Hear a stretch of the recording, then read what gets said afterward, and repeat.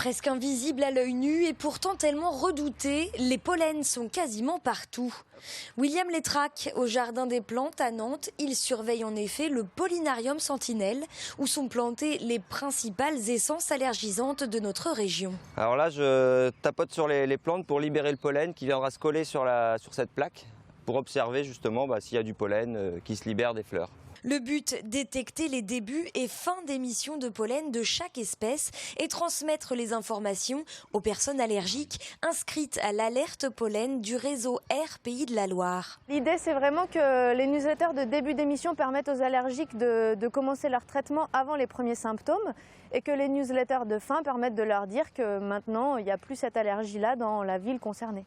Le Pollinarium sentinelle, un outil médical et scientifique allié de taille des allergologues. L'essentiel du rôle, c'est de prévenir et traiter pour les plus sensibles d'entre eux, mais c'est aussi a posteriori, ça nous confirme le diagnostic, puisqu'on a la date exacte à laquelle les pollens sont présents dans l'air par les données du Pollinarium, et donc en confrontant ça avec les tests cutanés que l'on pratique, on peut avoir une confirmation formelle de notre diagnostic. Donc c'est un double intérêt, diagnostic et thérapeutique. Lancé en 2003 à titre expérimental, le Pollinarium sentinelle de Nantes a donné l'exemple. On en compte aujourd'hui 13 en France. À La Roche-sur-Yon, le projet est en cours. Les premières alertes pollen pourraient être lancées en 2018.